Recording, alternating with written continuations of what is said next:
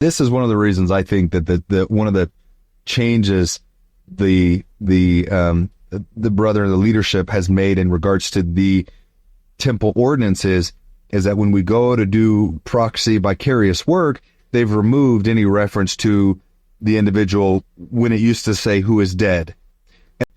And people thought that was a really nice change because it reminds us, like, well, they're not really dead. They're physical, alive in spirit. Yes, alive in spirit. They still exist in a place in which we may not be able to see physically with our eyes, but they still are there.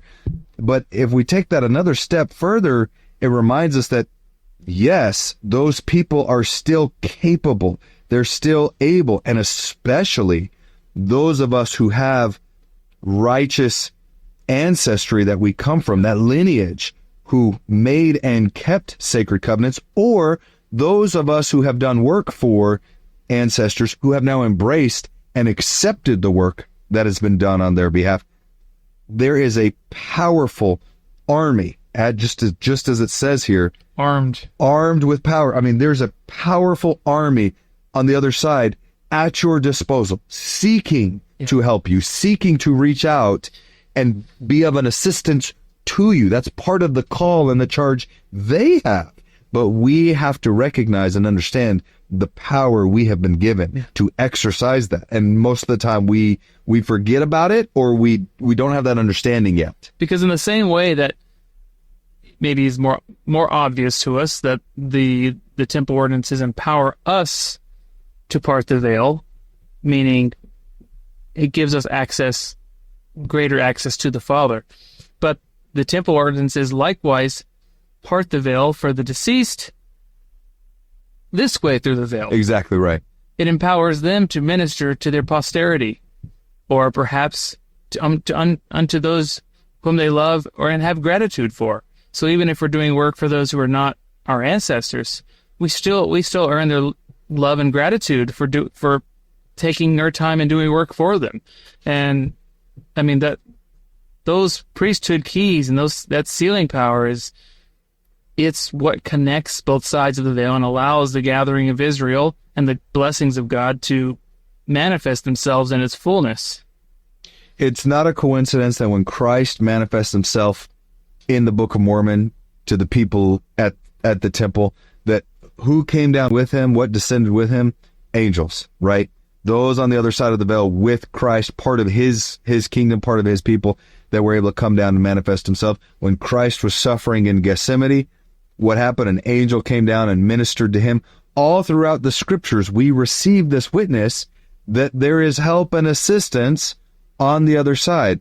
Well, why is that not happening today? Brothers and sisters, it is. It is happening today if we understand how to call it down, how to bring it forth. In fact, it's happening perhaps more than it ever has. Exactly right. And when President Nelson is seeking to get people to understand the power and authority that you gain by making these covenants in the temple, one of the benefits, one of the ways in which you receive power is that you have the authority now to work with, partner with, and call upon those on both sides of the veil to assist you in the righteous works you are doing, whether that's whatever calling you may have. As a parent, as a husband, as a wife, whatever the case may be, you have the authority to seek that assistance from both sides of the veil. And yet we tend to limit our thinking to just those here on this side of the veil. And that's very short-sighted. There's more available to us. And I think this entire concept, it really speaks to the temple as a symbol for, in verse 23, it talks about like great and glorious tidings being brought to the world. And the temple is a fulfillment of all of the blessings that the prophets have prophesied of in the past. Yeah. When they spoke of the last days and the great fulfillment of all the blessings that God has for his children.